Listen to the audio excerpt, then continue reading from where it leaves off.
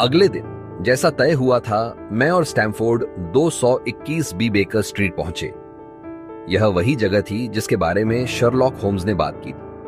वहां पहुंचकर हमने कमरे देखे। वे कमरे सच में अद्भुत थे। 2 आरामदायक बेडरूम और एक बड़ा हवादार बैठक कक्ष। बैठक कक्ष को 2 चौड़े खिड़कियों से रोशनी मिल रही थी और इसे खूबसूरती से सजाया गया था। कमरे इतने उपयुक्त थे कि मैंने तुरंत ही फैसला कर लिया। किराया भी जब हम दोनों के बीच बांट दिया गया तो वह हमारी पहुंच में लगने लगा। इसीलिए हमने वहीं पर सौदा तय कर लिया। उस शाम मैंने अपना सामान होटल से उठाकर बेकर स्ट्रीट के इन कमरों में ले आया। अगली सुबह शर्लॉक होम्स भी अपनी कई बक्सों और बैगों के साथ वहां पहुंचे।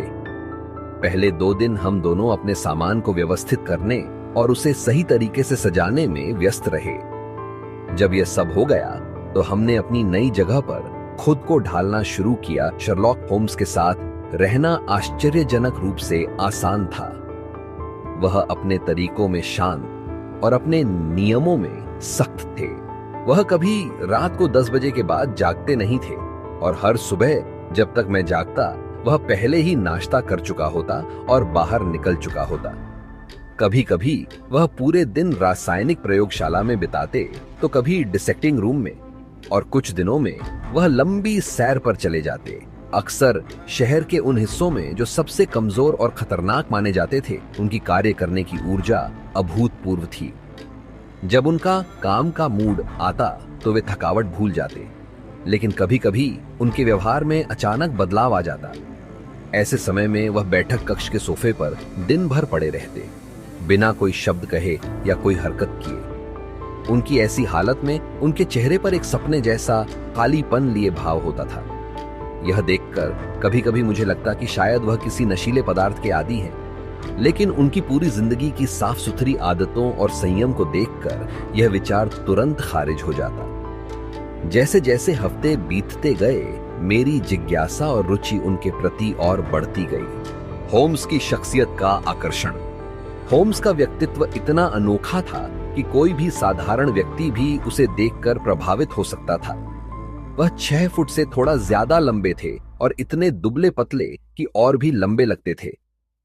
उनकी आंखें तीखी और तेज थीं, सिवाय उन समयों के जब वह निष्क्रिय होते।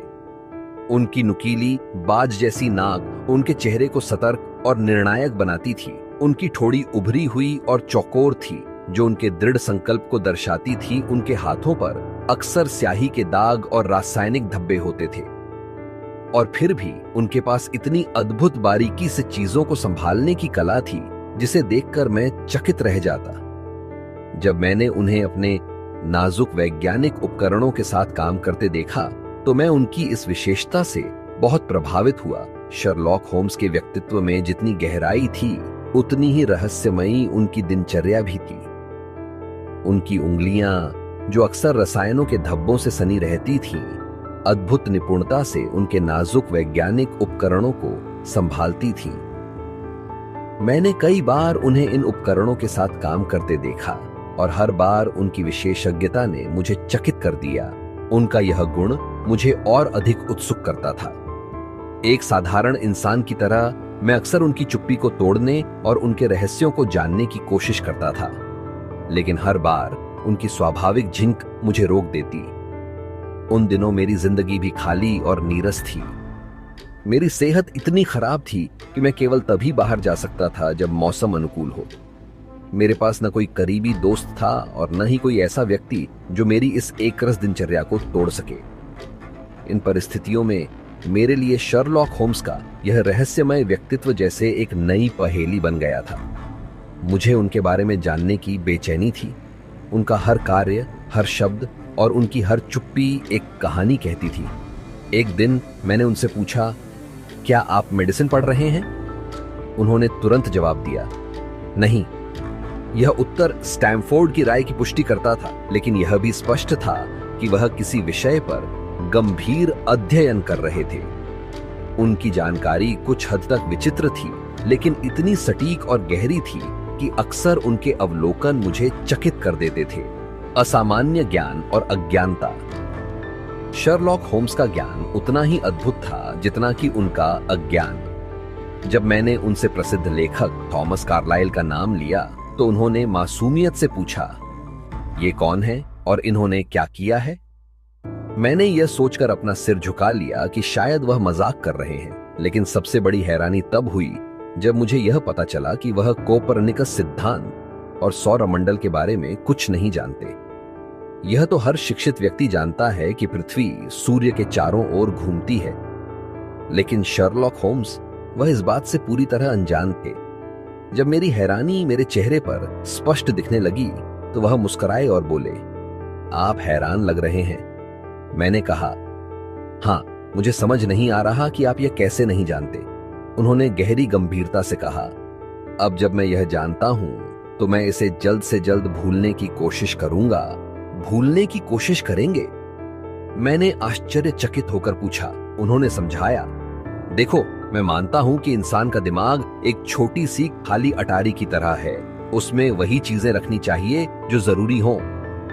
एक मूर्ख इंसान हर तरह का कचरा उस अटारी में भर लेता है, लेकिन एक बुद्धिमान व्यक्ति केवल वो ही चीजें रखता है जो उसके काम आए। मेरा मानना है कि दिमाग का यह कमरा बढ़ नहीं सकता। जो कुछ नया रखोगे वह किसी पुरानी जानकारी को हटा देगा। इसलिए मैं केवल वही बातें याद रखता हूं जो मेरे काम की हों। बाकी सब मेरे लिए बेमतलब है। सौरमंडल के बारे में जानना आपके काम का नहीं? मैंने तर्क दिया, बिल्कुल नहीं। उन्होंने अपनी बात पर जोर देते हुए कहा, सूरज के चारों ओर पृथ्वी घूमे या चांद के चारों ओर, यह मेरे काम पर कोई फर्क नहीं डालता। होम्स का वायलिन बजाने का तरीका उनके व्यक्तित्व जितना ही अनोखा था। जब मैं उनसे कुछ बजाने का अनुरोध करता तो वे मेंडेलसोहन के कठिन पीस बजाते जो उनके कौशल को दर्शाता, लेकिन जब वे अकेले होते तो उनकी वायलिन की धुनें अजीब और बेमेल लगती। कभी ये उदासी से भरी होती तो कभी बहुत ही हंसमुख और विचित्र। यह स्पष्ट था कि उनकी धुनें उनके विचारों का प्रतिबिंब थीं। पहले कुछ हफ्तों में हमारे पास कोई मेहमान नहीं आया। मैं सोचने लगा था कि शर्लॉक होम्स मेरी ही तरह अकेले और मित्रविहीन थे, लेकिन यह गलतफहमी जल्द ही दूर हो गई। धीरे धीरे मैंने देखा कि उनके पास अलग अलग वर्गों के लोग आते थे। एक बार एक छोटा चूहे जैसे चेहरे वाला आदमी आया जिसे उन्होंने मिस्टर लेस्ट्रेड कहा। वह हफ्ते में 3-4 बार आता था। एक सुबह एक फैशन परस्त युवती आई और आधे घंटे तक रुकी। उसी दिन दोपहर को एक बूढ़ा व्यक्ति जो यहूदी व्यापारी जैसा दिखता था आया। वह काफी उत्तेजित था और एक बार एक रेलवे पोर्टर भी उनके पास मिलने आया। हर बार शर्लॉक होम्स मुझसे बैठक खाली करने के लिए विनम्रता से कहते, यह मेरा काम करने की जगह है। क्या आपको यह शैली और प्रस्तुति पसंद आई? अगले पेज पर जारी रखने के लिए मुझे बताएं। जब भी कोई रहस्यमयी व्यक्ति शर्लॉक होम्स से मिलने आता, वह विनम्रता से मुझसे बैठक कक्ष खाली करने का अनुरोध करते। मुझे यह कक्ष अपने काम के लिए इस्तेमाल करना पड़ता है, वह कहते। मैं बिना किसी आपत्ति के अपने कमरे में चला जाता। हालांकि उनकी बातों ने मेरी जिज्ञासा को और बढ़ा दिया। मैंने कई बार उनसे सीधे सवाल पूछने की सोची, लेकिन उनकी शालीनता ने मुझे ऐसा करने से रोक दिया। 4 मार्च की सुबह मुझे आज भी याद है। उस दिन मैं अपनी आदत से जल्दी उठ गया। शर्लॉक होम्स नाश्ते पर थे और मैंने देखा कि मेरे लिए मेज पर जगह नहीं थी। हमारी गृह स्वामिनी शायद मेरी देर से जागने की आदत की आदी हो चुकी थी। थोड़ी खींच के साथ मैंने घंटी बजाई और उन्हें बताया कि मैं तैयार हूं। फिर मैंने मेज पर पड़ी एक पत्रिका उठाई और उसे पढ़ने लगा। उसमें एक लेख पर पेंसिल से निशान लगाए गए थे। उस लेख का शीर्षक था द बुक ऑफ लाइफ। लेख में यह बताया गया था कि एक निरीक्षणशील व्यक्ति अपनी सूक्ष्म और व्यवस्थित दृष्टि से कितनी चीजें जान सकता है। यह लेख कुछ अद्भुत तर्कों और असाधारण दृष्टिकोण का मिश्रण था। लेखक का दावा था कि एक व्यक्ति की छोटी सी हरकतें, जैसे उसकी आंखों की हलचल या उसकी उंगलियों की पकड़, उसके मन के सबसे गहरे विचारों को उजागर कर सकती है। लेख के अनुसार धोखा देना असंभव है अगर कोई व्यक्ति सही ढंग से निरीक्षण और विश्लेषण करना जानता हो। मैंने विरोध किया, ये बकवास है। मैंने चिल्लाते हुए पत्रिका को मेज पर पटक दिया। क्या हुआ? शर्लॉक होम्स ने शांति से पूछा। यह लेख, यह सब काल्पनिक और अव्यवहारिक है, मैंने कहा। शर्लॉक होम्स ने शांत स्वर में जवाब दिया। वास्तव में मैंने इसे खुद लिखा है। तुमने इसे लिखा? हाँ, उन्होंने मुस्कुराते हुए कहा। यह सिर्फ थ्योरी नहीं है, बल्कि मेरे जीवन का आधार है। मैं एक परामर्श जासूस हूं। परामर्श जासूस? हाँ। जब सरकारी जासूस या निजी जासूस किसी समस्या को हल नहीं कर पाते, तो वे मेरे पास आते हैं। मैं उनके सभी सबूतों का विश्लेषण करता हूं और उन्हें सही दिशा देता हूं। हर अपराध में कुछ समानताएं होती हैं। यदि आपके पास 1000 अपराधों का ज्ञान है, तो आप आसानी से 1001वें अपराध को सुलझा सकते हैं, उन्होंने कहा। लेकिन यह कैसे संभव है कि आप कमरे में बैठे बैठे सभी रहस्यों को सुलझा लें? मैंने पूछा। यह सब मेरी विशेष ज्ञान प्रणाली का हिस्सा है। मैं चीजों को गहराई से देखता हूं और तर्क से निष्कर्ष निकालता हूं। उस दिन मैंने पहली बार समझा कि शर्लॉक होम्स कौन है। उनका जीवन, उनकी सोच और उनका तरीका मेरे लिए जितना रहस्यमयी था, उतना ही आकर्षक भी। उनकी ये बातें मेरे लिए एक नई दुनिया का द्वार खोल रही थीं। शर्लॉक होम्स अपनी क्षमता के बारे में पूरी तरह से आश्वस्त थे। उनकी सहज प्रवृत्ति और तर्क शक्ति का मुकाबला करना मुश्किल था। जब मैंने पूछा, क्या आप बिना कमरे से बाहर निकले ऐसे रहस्य सुलझा सकते हैं जिन्हें और कोई नहीं सुलझा पाया? उन्होंने शांत भाव से जवाब दिया, बिल्कुल। कभी कभी एक जटिल मामला सामने आता है, तब मुझे खुद जाकर चीजें देखनी पड़ती हैं। लेकिन ज्यादातर मामलों में मेरे ज्ञान और विश्लेषण से ही काम हो जाता है। उन्होंने फिर मुझे याद दिलाया, तुम्हें याद है हमारी पहली मुलाकात में मैंने कहा था कि तुम अफगानिस्तान से आए हो? जरूर, लेकिन मुझे लगा था कि किसी ने आपको यह बताया होगा, मैंने कहा। उन्होंने मुस्कुराते हुए समझाया, नहीं, यह मेरी तर्क शक्ति थी। मेरे दिमाग ने 1 सेकंड के भीतर निष्कर्ष निकाला। उन्होंने अपनी प्रक्रिया समझाई। यह व्यक्ति एक डॉक्टर है, लेकिन इसमें सैन्य अनुशासन की झलक है। तो यह एक आर्मी डॉक्टर हुआ। उसका चेहरा धूप में झुलसा हुआ है, लेकिन उसकी कलाई का रंग साफ है, तो वह हाल ही में उष्णकटिबंधीय इलाके से लौटा है। उसके चेहरे पर बीमारी और संघर्ष की झलक है। उसका बायां हाथ असामान्य तरीके से स्थिर है, तो यह घायल हुआ होगा। इन सारी बातों को जोड़कर यह स्पष्ट हुआ कि यह व्यक्ति अफगानिस्तान से आया है। सच में, जब आप इसे इस तरह समझाते हैं तो यह सरल लगता है, मैंने मुस्कुराते हुए कहा।